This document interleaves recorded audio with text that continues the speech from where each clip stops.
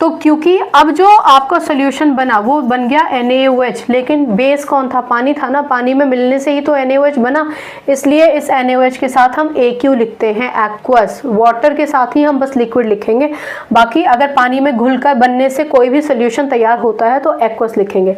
Hydrogen के bracket में आपको गैस लिखी मिलेगी जो इंडिकेट करता है कि ये गैस है। प्लस आप हीट लिखना डेफिनेटली ना भूलें, जिससे आप ये इंडिकेट करते हैं कि ये रिएक्शन एक्सोथर्मिक है। ऑल्सो हम इसमें स्पेसिफिकली हीट लिबरेट हो रही है वो बता रहे हैं। अब एक चीज़ और सुनिए, आपसे पूछा जा सकता है कि when sodium reacts with water, ये सोडियम हाइड्रोक्साइड ही क्यों बनाता है? रिएक्टिविटी सीरीज में जो एलिमेंट्स ऊपर हैं, पोटेशियम हो गया, सोडियम हो गया, और भी केसेस डिस्कस करेंगे, कैल्शियम भी डिस्कस करेंगे। ये जो हाईली रिएक्टिव एलिमेंट्स है ना, ये सारे के सारे वाटर के साथ रिएक्ट करके मेटल और हाइड्रोक्साइड ही बनाते हैं, यानी सोडियम हाइड्रोक्साइड ही बनाएंगे। सॉरी, मैं नाम लिखना भूल गई हूँ। ये कहलाया जाता है हमारा सोडियम, नामकरण भी तो करना था। ये वाटर है, ये क्या है? Sodium hydroxide. Sodium hydroxide specifically metal hydroxide. ये क्या है? ये है हाइड्रोजन, और ये तो हीट है ही, ठीक है ना।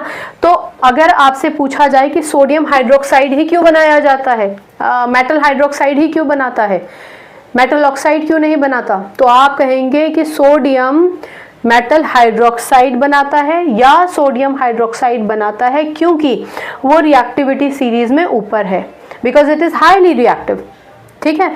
So sodium hydroxide forms, sodium reacts with water to form sodium hydroxide because sodium is highly reactive, and highly reactive metals when react with water form sodium hydroxide। जो highly reactive metals होते हैं वो पानी के साथ react करके metal hydroxide ही बनाते हैं। सोडियम के केस में सोडियम हाइड्रोक्साइड बना, पोटेशियम के केस में पोटेशियम हाइड्रोक्साइड बनेगा। इन दोनों ही केसेस में हमने ठंडा पानी लिया है। कुछ एलिमेंट्स ऐसे होंगे जो गर्म पानी के साथ रिएक्ट करेंगे, कुछ एलिमेंट्स ऐसे होंगे जो पानी के साथ ही रिएक्ट नहीं करेंगे, स्टीम के साथ रिएक्ट करेंगे। जैसे जैसे आप इक्वेशंस और चैप्टर में आगे बढ़ेंगे आपको सब समझ में आ जाएगा। ये लेक्चर आपको समझ में आया होगा, मैं ऐसी उम्मीद करती हूँ। अगर कोई कन्फ्यूजन है तो पूछ लीजिएगा। बड़े वीडियोस को शॉर्ट में डाल देते हैं, शॉर्ट्स के साथ डिस्क्रिप्शन डाल देते हैं, आप चाहें तो देख लीजिए। पूरा चैप्टर प्लेलिस्ट में मिल जाएगा, आप चाहें तो पूरा लेसन समझ सकते हैं।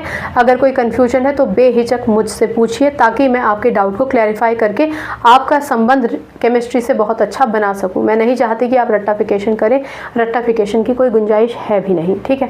बाकी केमिस्ट्री से अपनी केमिस्ट्री अच्छी बनाइए, शिक्षा ले आइए। अगली बार मिलने तक अपना ख्याल रखिए, खुश रहिए, सकारात्मक रहिए, और आपकी जय होगी ऐसा यकीन रखिए। नमस्कार।